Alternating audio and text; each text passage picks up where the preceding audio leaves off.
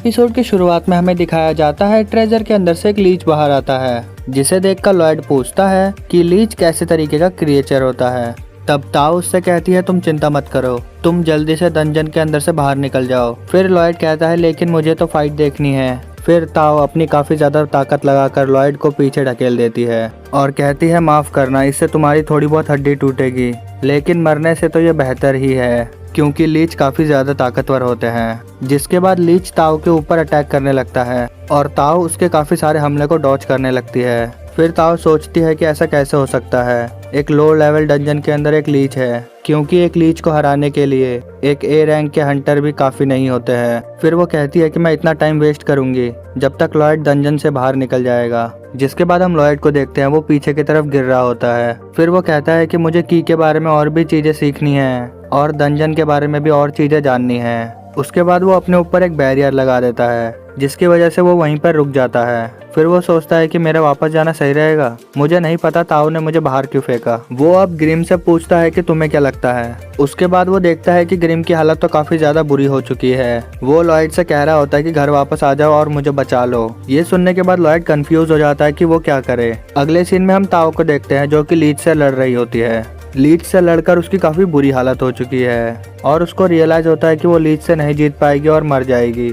उसके बाद वो सोचती है कि रॉबर्ट अब बाहर निकल चुका होगा, मैं भी धीरे धीरे बाहर निकलती हूँ। वो बाहर जा ही रही होती है, तभी लीच कहता है ये की टेक्निक है ना। ये सुनकर ताओ सोचती है कि क्या लीच बात कर पा रहा है। उसके बाद लीच कहता है कि इसका मतलब तुम्हारे पास फॉरेन आर्ट है और मैंने एक ऐसे बंदे को खाया था जिसके पास भी ऐसी एक सेम एबिलिटी थी और ये मैजिक का ही एक लोअर फॉर्म है। मैं हमेशा एडवेंचरर्स की सोल को यहीं पर खा लेता हूँ और उनकी स्किल्स को गेन करता हूँ और मुझे नहीं लगता कि तुम्हें खाना मेरे लिए कोई फायदे की बात होगी। और वो जो लड़का यहाँ पर पहले था, उस लड़के ने मेरे अटैक पर काफी जल्दी रिएक्ट किया था। ये सुनकर ताओ कहती है तुम और रॉबर्ट बिल्कुल भी एक जैसे नहीं हो, तुम लोग भले ही नॉलेज के पीछे भागते होगे, मुझे लगता है कि रॉबर्ट को रास्ते पे पत्थर भी पड़ा हुआ दिख जाएगा तो भी वो एक्साइटेड हो जाएगा। और ये बात जानकर मुझे खुशी हुई। कॉन्टिनेंट पर की को मार्शल आर्ट की तरह ट्रीट किया जाता है, लेकिन रॉबर्ट ने कहा वो इन टेक्निक से काफी इम्प्रेस हुआ। फिर वो लीच कहता है कि इससे मुझे क्या फर्क पड़ता है। जिसके बाद ताऊ ब्रीथिंग करने लगती है और जाकर सीधा उसको मुक्का मारती है, लेकिन वो लीच एक काफी पावरफुल बैरियर लगा देता है। ये देखकर ताऊ कहती है मुझे इस बैरियर से फर्क नहीं पड़ता है, जब से मैं 5 साल की थी तभी से मैं ट्रेनिंग कर रही थी, चाहे आंधी हो या तूफान हो, चाहे कोई सा भी दिन हो, और इसलिए मुझे कोई बॉयफ्रेंड नहीं मिला। इतना कहने के बाद वो बैरियर के ऊपर काफी खतरनाक हमले करने लगती है और फाइनली वो उस बैरियर को तोड़ देती है और लीच से कहती है मुझसे पंगा मत लो। ऐसा बोलने के बाद उसकी काफी बुरी हालत हो जाती है और वो नीचे गिर जाती है क्योंकि उसने अपनी सारी ताकत लगा दी होती है और वो अपनी बॉडी को मूव भी नहीं कर पा रही होती है। उसके बाद हम देखते हैं वो लीच उसके पीछे ही आ जाता है और उसकी बेइज्जती करते हुए कहता है तुम्हारी जो की टेक्निक है वो मेरी मैजिक के एक उंगली से भी कमजोर है, लगता है कि तुमने अपनी जिंदगी वेस्ट कर दी। इतना बोलने के बाद वो ताओ के ऊपर हमला कर देता है। तभी वो लीच देखता है कि वो जो अटैक होता है वो टूटने लगता है और हमें पता चलता है कि वहाँ पर लॉयड टाइम से आकर अपना बैरियर लगा देता है, जिसकी वजह से उसका अटैक टूट जाता है और उसने ताओ को भी बचा लिया। फिर रॉबर्ट कहता है ताओ तुम इतनी जल्दी हार मान रही हो और मुझे यहाँ से संभालने दो, लेकिन मुझे ये जल्दी खत्म करना होगा। फिर ताओ उससे कहती है ये बैरियर तुम यूज कर रहे हो क्या, वैसे तुम यहाँ क्यों आए हो। इतना बोलकर वो उसके आंखों में देखती है और चुप हो जाती है। फिर हम देखते हैं कि वो लीच हमला करने ही वाला होता है। अचानक से ही लॉयड लीच के पीछे पहुंच जाता है। ये देखकर सभी हैरान हो जाते हैं। जिसके बाद लॉयड की ब्रीथिंग करने लगता है, जिसे देखकर लीच कहता है इसने अभी अभी क्या यूज किया, air class spell full speed use किया, ऐसा कर पाना तो इम्पॉसिबल है, वो भी बिना इनकार्डेशन के। जिसके बाद वो वापस से लॉयड के ऊपर हमला करने लगता है, लेकिन उसका हमला लॉयड का बैरियर का कुछ भी नहीं बिगाड़ पाता और लॉयड अपने बैरियर के अंदर ही की ब्रीथिंग कर रहा होता है। लॉयड असल में की और माना को कंबाइन करने की कोशिश कर रहा है, वहीं पर लीच लॉयड की बैरियर को तोड़ ही नहीं पा रहा होता है। ये देखकर लीच कहता है ये है क्या इतना ज्यादा हार्ड बैरियर, मैं तो इसका कुछ भी नहीं बिगाड़ पा रहा हूँ। फिर लॉयड कह रहा होता है कि अब मैं ये कर ही सकता हूँ। फिर उसे ताओ की बात याद आती है, फोकस। जिसके बाद लॉयड फोकस करने लगता है। उसके बाद वो काफी गहरी सांस लेता है। लॉयड काफी ज्यादा सांस अंदर लेने लगता है, जिसकी वजह से वो इधर से उधर जा रहा होता है। ये देखकर लीच को लगता है कि लॉयड भाग रहा है। ये देखकर लीच लॉयड के ऊपर काफी ज्यादा हमले करने लगता है, जिसके बाद लॉयड रियलाइज करता है कि वो अच्छे से सांस नहीं ले पा रहा है क्योंकि बैरियर बीच में आ रहा है। इसके बाद वो उसे हटा देता है। ये देखकर लीच को लगता है कि बैरियर को उसने तोड़ा है। फिर वो बोलता है कि अब मैं तुम्हारी लिमिट देख सकता हूँ मेज। इतना बोलकर वो लॉयड के ऊपर सीधा हमला कर देता है, जिसके बाद लॉयड एक पत्थर के जरिए आसमान में लटक जाता है। लीच के अटैक्स उसके ऊपर लगने ही वाले होते हैं। तभी लॉयड की ब्रीथिंग का यूज करके वहां से निकल जाता है। वहीं पर ताओ भी समझ जाती है कि लॉयड ने बैरियर खुद से हटाया है कि वो और ज्यादा सांस ले सके और हवा को अंदर ले सके, जिससे कि वो काफी ज्यादा पावरफुल की को चैलेंज कर सके। जिसके बाद लॉयड की और माना को एक साथ कंबाइन कर देता है। तभी अचानक से लीच उसके ऊपर वापस से हमला कर देता है, और वो भी चारों तरफ से। उसके बाद लॉयड की और माना दोनों का यूज करता है उसके अटैक को तोड़ने के लिए। फिर लॉयड देखता है कि मेरा अटैक तो लीच तक पहुंचा ही नहीं। इसका मतलब ये काफी कमजोर अटैक था। मुझे अपने हमले को और ज्यादा पावरफुल करना होगा और दूर तक भेजना होगा। इतना बोलने के बाद वो लीच पर फिर से हमला कर देता है। लीच भी अपने अटैक का यूज करके अपने आप को बचाता है। लॉयड का भी हमला उसके सारे अटैक्स को तोड़ देता है। इसी वजह से लॉयड उसके ऊपर अब लगातार हमले कर रहा होता है और हंसते हुए कहता है, कम ऑन, मेरे पास और भी बहुत सारे आइडियाज हैं अटैक करने के लिए, मुझे बस तुम मजे करने दो। जिसके बाद वो वापस से उसके ऊपर काफी सारे हमले करने लगता है। ये देखकर लीच भी काफी डर जाता है और कहता है कि ये क्या है, ये तो काफी तेजी से हमला कर रहा है और वो भी बिना इनकार्नेशन के। क्या ये सही में की टेक्निक्स है? पर ये तो इम्पॉसिबल है। मुझे तो लगा था कि ये लड़का एक मेज है। आखिर ये सिंपल की टेक्निक मेरी सॉर्सरी को मैच कैसे कर सकती है? नहीं, ये तो मेरे से भी ऊपर चला गया। वो ऐसा इसलिए कहता है क्योंकि लॉयड का हमला उसको लग जाता है। ये देखकर ताओ भी काफी ज्यादा हैरान हो जाती है। फिर लॉयड अपने अटैक को और भी ज्यादा पतला बनाता है और ज्यादा तेज भी। उसके बाद सीधा वो लीच के ऊपर हमला करता है।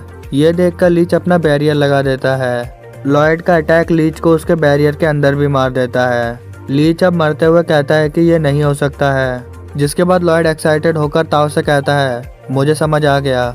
ये देखकर ताओ भी काफी खुश होती है। अगले ही सीन में वो लोग ट्रेजर बॉक्स को ओपन करते हैं और उस बॉक्स में से जो सामान मिलता है उसे देखकर ताओ कहती है, ये तो वेस्ट ऑफ टाइम हो गया। हमने इतनी ज्यादा मेहनत करी और एक बेकार सा चाकू मिला। जिसके बाद लॉयड कहता है कि मुझे लगता है कि इस चाकू को माना में बात किया गया है, क्या मैं इसे ले सकता हूँ? जिसके बाद ताओ कहती है, ठीक है, और वैसे भी मुझे इन सब के बारे में कुछ नहीं पता, इसलिए इसे तुम ही रखो।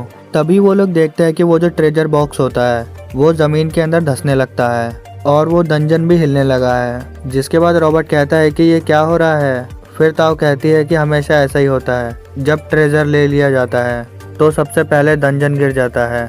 जिसके बाद लॉयड मन में सोचता है, ये अपना ट्रेजर गिव अप कर रहा है जिसकी वजह से ये सरवाइव कर रहा था। जिसका मतलब ये ट्रेजर बेसिकली इस डंजन का कोर है। इसका मतलब ये मेरे काफी ज्यादा काम आएगा और मैं इसे अपने साथ लेकर जा रहा हूँ। तभी लॉयड उसे बाहर निकाल रहा होता है। जिसके बाद ताओ कहती है, ये सब बाद में करना, अभी डंजन गिर रहा है इसलिए हमें जल्दी से बाहर निकलना चाहिए। जिसके बाद लॉयड को उस ट्रेजर बॉक्स के ऊपर वाला हिस्सा मिल जाता है। तभी वो डंजन पूरी तरीके से गिर जाता है और वो लोग भी सेफली बाहर आ जाते हैं। जिसके बाद लॉयड देखता है कि वो डंजन अपने आप ही बंद हो रहा है। जिसके बाद लॉयड एक्साइटेड होकर कहता है, अब ये डंजन अपने लिए पावर इकट्ठी करेगा ताकि ये फिर से एक डंजन बन सके।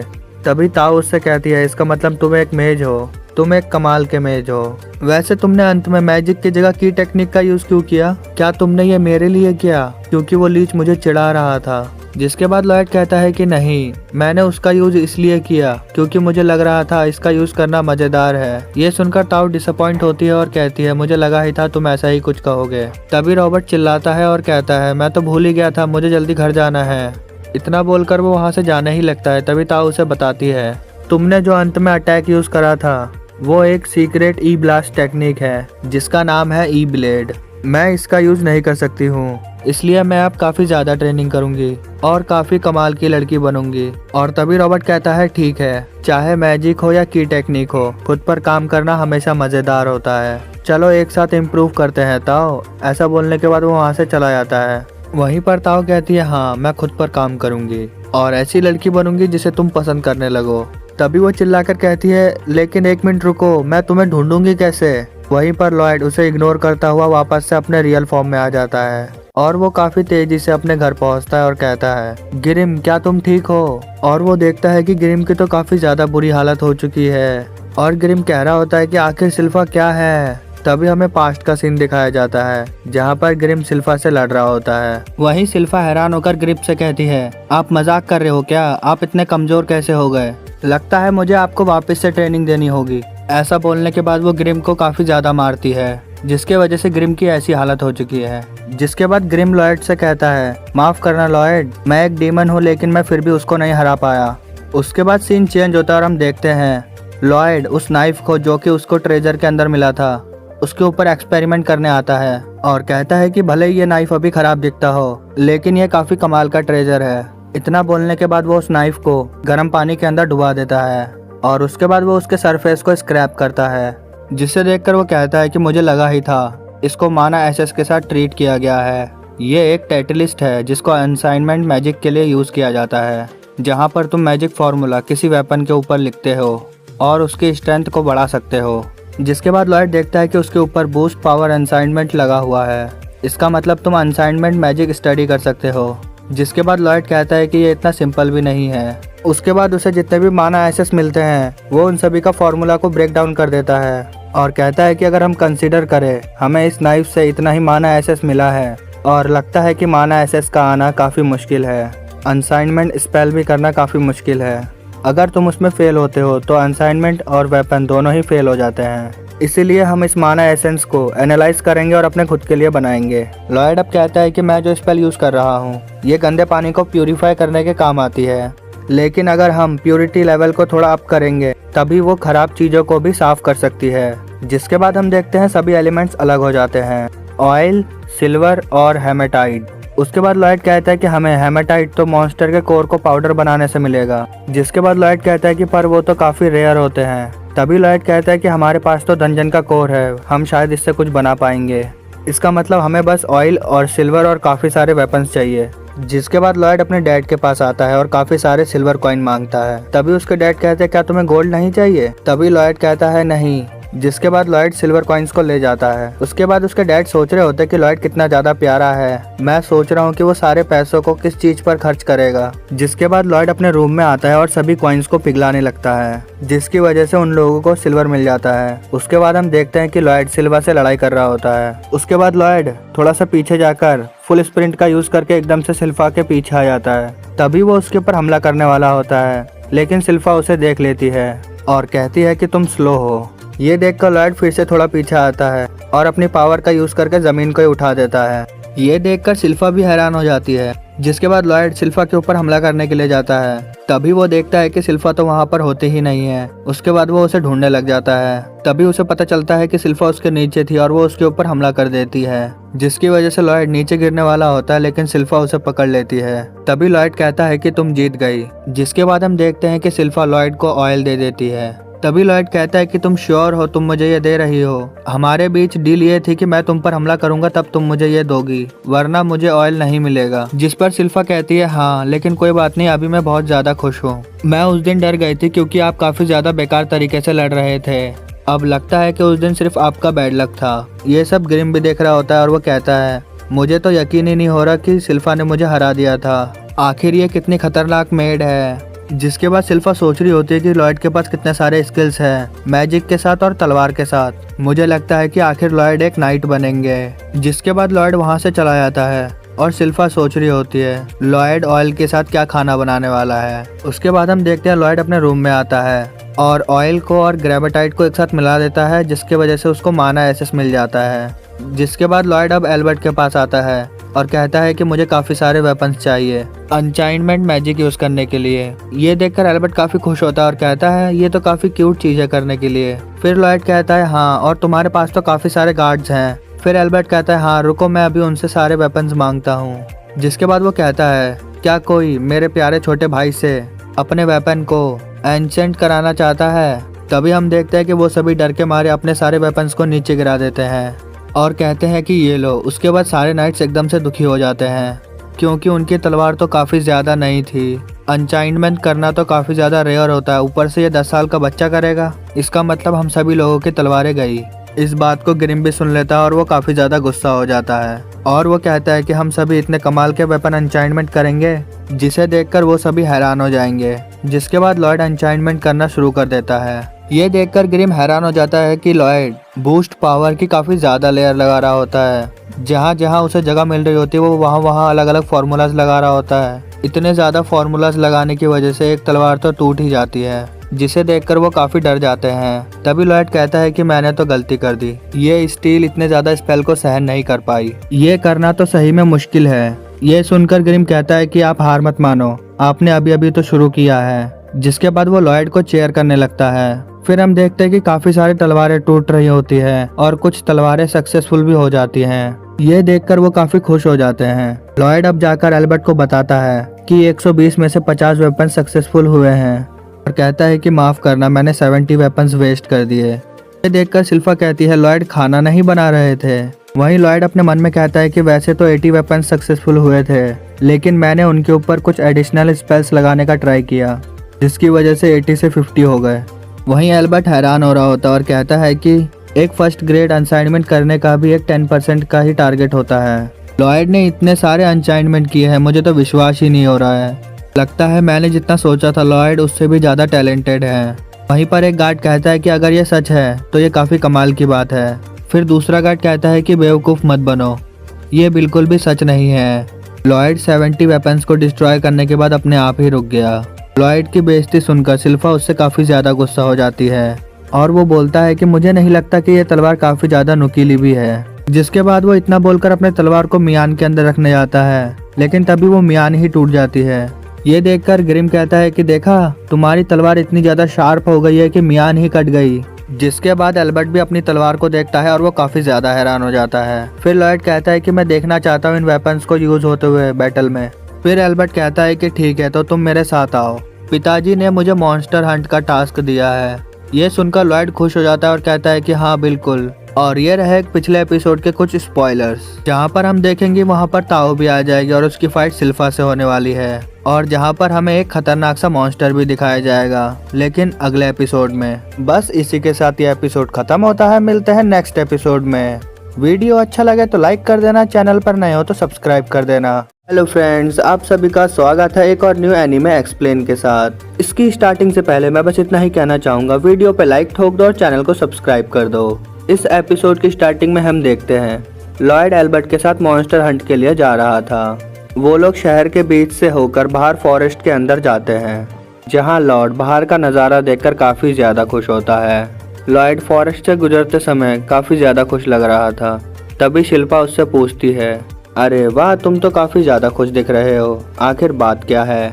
तब लॉयड कहता है, हाँ, क्योंकि मुझे महल से बाहर निकलने का ज़्यादा मौका नहीं मिलता है, साथ ही मुझे मेरे इंसाइट किए हुए वेपन्स कैसे काम करते हैं वो भी देखना है। उसी समय एल्बर्ट सिल्फा से कहता है, तुम लॉर्ड को अपने नज़रों से एक पल के लिए भी दूर जाने नहीं देती। जिस पर सिल्फा कहती है, हाँ, क्योंकि मैं उसकी टीचर जो हूँ। आगे एल्बर्ट उससे पूछता है, इतनी सी ही बात है या तुम्हें उसके लिए कोई फीलिंग्स तो नहीं है ना? यह सुनते ही सिल्फा अपनी स्वॉर्ड निकाल लेती है, गुस्से के कारण नहीं, क्योंकि उसे लग रहा होता है कि हम पर अटैक होने वाला है। तभी उन पर कुछ मॉन्स्टर्स चारों तरफ से हमला कर देते हैं, जिसके बाद एल्बर्ट के गार्ड्स उन मॉन्स्टर से फाइट करने के लिए आगे जाते हैं। दूसरी तरफ ग्रिम लॉयड से कहता है कि मुझे पता है, तुमने इन मॉन्स्टर्स को पहले से ही सेंस कर लिया था। जिस पर लॉयड कहता है, हाँ, की टेक्निक सीखने के बाद मैं बड़ी आसानी से अपने आसपास की चीज़ों को सेंस कर सकता हूँ। दूसरी तरफ हम देखते हैं एल्बर्ट के गार्ड्स उन मॉन्स्टर को बड़ी आसानी से काट रहे होते हैं। ये देखकर सभी लोग काफ़ी ज़्यादा हैरान थे, क्योंकि ये सब लॉर्ड के उन वेपन्स को एनसांट करने की वजह से हो रहा था। फिर प्रिंस एल्बर्ट लॉर्ड के सर पे हाथ रखकर कहता है, मेरा भाई तो सच में कमाल का है यार। जिस पर सिल्फा भी हाँ में सर हिलाती है। तभी एक मॉन्स्टर लॉयड के ऊपर सामने से हमला करने आता है। इससे पहले कि लॉयड, एल्बर्ट और सिल्फा उस मॉन्स्टर को मार पाते, ताओ वहां आकर उसे किक मारकर दूर फेंक देती है। ताओ को एकदम से देखकर लॉर्ड एकदम हैरान हो जाता है, इसीलिए अनजाने में वो उसका नाम लेकर बुला देता है। ये सुनकर ताओ लॉर्ड के पास आती है और पूछती है, तुम अभी की टेक्निक का इस्तेमाल कर रहे थे, है ना? और साथ ही मुझे लगा तुम रॉबर्ट हो और तुम थोड़ा थोड़ा उनके जैसे दिखते भी हो। ताओ ये सब बोल ही रही होती है, लेकिन तभी सिल्फा पीछे से आकर कातिल भरी निगाहों से ताओ की तरफ देखती है और कहती है, प्रिंस लॉर्ड के इतना करीब मत जाओ वरना अच्छा नहीं होगा। इसके बाद उन दोनों की आंखों ही आंखों में लड़ाई शुरू हो जाती है, जिसके बाद एल्बर्ट उन दोनों को रोकते हुए ताओ को अपने साथ मॉन्स्टर हंट पर बुलाता है। उसके बाद सीन चेंज होता है और हम देखते हैं कि वो लोग लेक के पास आ जाते हैं एल्बर्ट ताओ को थैंक्स बोलते हुए कहता है कि तुम्हारी मदद से ही हम इतनी दूर आ पाए। वैसे मेरा नाम एल्बर्ट है और मैं सालोम किंगडम का दूसरा प्रिंस हूँ। जैसे ही ताओ को पता चलता है कि वो एक प्रिंस है, ताओ एकदम से हैरान हो जाती है और सोचती है ये प्रिंस एल्बर्ट भी रॉबर्ट जैसा दिखता है।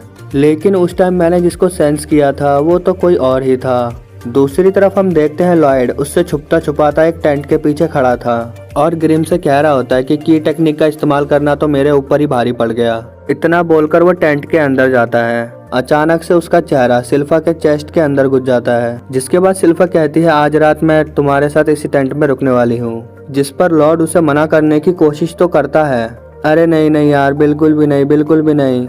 लेकिन सिल्फा उसकी कहाँ सुनने वाली थी। वो अचानक से आकर लॉर्ड के ऊपर बैठ जाती है और कहती है मुझे तुम्हें प्रोटेक्ट करने के लिए तुमसे चिपक कर रहना होगा। तभी हम देखते हैं बाहर से ताऊ उस टेंट के अंदर आकर कहती है मैं यहाँ से रॉबर्ट को सेंस कर पा रही हूँ। लेकिन जैसे ही वो सिल्फा को लॉर्ड के ऊपर बैठी हुई देखती है तो उसके होश ही उड़ जाते हैं। उसके बाद हम देखते हैं सिल्फा और ताऊ एक दूसरे से बहस करने लगते हैं। फिर लॉर्ड इसी मौके का फायदा उठाकर वहाँ से निकल जाता है। उसके बाद वो एल्बर्ट के पास जाता है। एल्बर्ट उससे कहता है कि सिल्फा तुमसे मिलकर काफी ज्यादा बदल गई है। उसके बाद ताऊ उन्हें बताती है मुझे एक श्रेन को ठीक करने का काम मिला है जो कि सामने के पहाड़ के ऊपर था। जिस पर एल्बर्ट कहता है अभी तुम्हारा वहाँ जाना खतरनाक होगा, साथ ही तुम्हारे सेंस करने की स्किल कमाल की है, इसीलिए तुम हमारे साथ सुबह तक रुक जाओ। इससे पहले ताऊ को जवाब देती उनके ऊपर एक वुल्फ मॉन्स्टर हमला कर देता है जो कि बहुत ज्यादा खतरनाक दिख रहा होता है। तभी सारे सोल्जर्स उस वुल्फ को चारों तरफ से घेर लेते हैं और वो वुल्फ काफी ज्यादा फास्ट होता है। तभी ग्रिम लॉर्ड से कहता है मुझे उस श्रेन में कुछ गड़बड़ लग रहा है। दूसरी तरफ प्रिंस एल्बर्ट भी उस वुल्फ के ऊपर हमला करने के लिए सामने आ जाते हैं। अपनी स्वॉर्ड की ताकत से एक मैजिक अटैक करके उस वुल्फ को जलाकर राख कर देते हैं। तभी लॉर्ड सोचता है कि मेरे इंसांट किए गए वेपन्स काफी अच्छी तरीके से काम कर रहे हैं। फिर ग्रिम कहता है कि वो सब छोड़ो, मुझे लग रहा है कि उस पहाड़ के अंदर श्रेन में एक डीमन को कैद किया गया है। फिर हम देखते हैं कि वो वुल्फ जो जलकर राख हो गया था वो वापस से खड़ा हो जाता है। साथ ही उसके पीछे और भी दूसरे मॉन्स्टर समन हो जाते हैं। उसके बाद उस वुल्फ के अंदर से आवाज आ रही होती है जो कि कह रहा होता है कि तुम इंसानों की हिम्मत कैसे हुई मेरे मॉन्स्टर को हाथ लगाने की। इतना कहते ही उस वुल्फ के मुंह से एक डीमन बाहर आता है और कहता है मेरा नाम पजेसु है और मैं एक डीमन हूँ और अब तुम सबको मेरा गुस्सा झेलना पड़ेगा। उसके इतना कहते ही उसके सारे मॉन्स्टर अटैक करने लगते हैं। उसके बाद एल्बर्ट एक मॉन्स्टर के ऊपर जैसे ही हमला करता है और वो देखता है कि वो वापस से हील हो जा रहा है। और ऐसा सिर्फ एक मॉन्स्टर के साथ नहीं हो रहा था बल्कि वहाँ पर जितने भी मॉन्स्टर हैं सभी हील हो जा रहे थे। फिर लॉयड ग्रिम से पूछता है क्या ये वही डीमन है जो श्रेन से आजाद हुआ है और क्या तुम इसके बारे में कुछ जानते हो। जिस पर ग्रिम बताता है कि हाँ बिल्कुल जानता हूँ, ये डीमन अपने मैजिक पावर्स को दूसरे मॉन्स्टर के अंदर भेजकर उन्हें कंट्रोल कर रहा है। ऐसा करने से वो सारे मॉन्स्टर्स उसके हाथ की कठपुतली बन जाते हैं, इसीलिए उनके ऊपर जितना भी अटैक करो वो वापस से हील हो जाते हैं। ये सुनकर लॉयड ग्रिम को अपने कपड़े से बाहर निकालता है और कहता है चलो अब मुझे भी ये मैजिक सिखाओ। जिस पर ग्रिम उसे सिखाने लगता है। तभी पजेसु एल्बर्ट के सोल्जर्स पर हंसते हुए कहता है ये तो काफी ज्यादा कमजोर है यार, इनको मारने में तो मेरे को बिल्कुल भी टाइम नहीं लगेगा। साथ ही वो दूध पीता हुआ बच्चा और उसे संभालने वाली एक सफेद बालों वाली लड़की किसी काम की नहीं है। वैसे उस बच्चे की दिक्कत क्या है, क्या उसने पैंट में सुसु कर दिया। इतना बोलकर पजेसु और जोर जोर से हंसना शुरू कर देता है। ये सुनकर सिल्फा काफी ज्यादा गुस्सा हो जाती है, इतना कि ताओ भी वो देखकर काफी ज्यादा हैरान होती है। उसके बाद वो चुपचाप जाकर पजेसु के सामने खड़ी हो जाती है और कहती है तुम जैसा मक्कार डीमन जो एक मॉन्स्टर के मुंह में छुप के बैठा है वो कुछ ज्यादा ही बड़बड़ कर रहा है, लेकिन प्लीज तुम अपने इस मॉन्स्टर का मुंह बंद कर लो क्योंकि इसमें से काफी घिनौनी बदबू आ रही है। लेकिन इसमें गलती तो उस मॉन्स्टर की भी नहीं है, आखिर उसने अपने मुंह में तुम्हारे जैसे सड़े हुए डीमन को जो रखा हुआ है, इसलिए अब मैं तुम्हें मारकर प्रिंस लॉर्ड तक वो बदबू नहीं पहुंचने दूंगी। ये सुनकर पजेसु फिर से हंसने लगता है और कहता है तुम्हें अंदाजा नहीं है, मैं अपने मॉन्स्टर को जितना चाहे उतना हील कर सकता हूँ, जिसका मतलब यह है कि इन्हें मारना नामुमकिन है। जिसके बाद सिल्फा कहती है कि मैंने तुम्हें अपना मुंह बंद रखने के लिए बोला था ना, लगता है तुम्हें बात समझ नहीं आती। इतना सुनकर पजेसु उसके ऊपर हमला कर देता है। वो हमला करता उससे पहले ही सिल्फा उसके चारों पैर काट देती है। जिसके बाद पजेसु अपने आप को हील करने लगता है। जिसके बाद बाकी सारे मॉन्स्टर्स भी हिलना बंद कर देते हैं और उसके साथ ही वो लोग हील होना भी बंद कर देते हैं। ये देखकर इधर एल्बर्ट समझ जाता है कि जब पजेसु खुद को हील करता है तब उसके बाकी मॉन्स्टर्स हील नहीं हो सकते। उसके बाद हम देखते हैं लॉयड ग्रिम के सिखाए हुए मैजिक को पूरी तरीके से सीख जाता है और तभी वहाँ सिल्फा और पजेसु फाइट करते करते पहुँच जाते हैं। उसके बाद सिल्फा लॉयड के इंसांट करे हुए वेपन से फाइट करने का डिसाइड करती है। फिर पजेसु कहता है, आखिर तुम उस बच्चे को बचाने की इतनी कोशिश क्यों कर रहे हो? उस बच्चे के अंदर आखिर ऐसा है क्या? लगता है मुझे ये जानने के लिए उसके बॉडी के टुकड़े टुकड़े करने पड़ेंगे। इतना बोलकर वो सिल्फा का ध्यान भटकाने लगता है और अचानक से उसके ऊपर हमला करके उसको अपने मुंह में दबा लेता है। तभी हम देखते हैं कि सिल्फा उसके मुंह के अंदर से अटैक करते हुए उसके बॉडी के टुकड़े टुकड़े कर देती है। साथ ही उस डीमन को उस वुल्फ की बॉडी से बाहर निकालकर उसके ऊपर आखिरी हमला करने ही वाली होती है। लेकिन तभी यह एपिसोड यहीं पर खत्म होता है।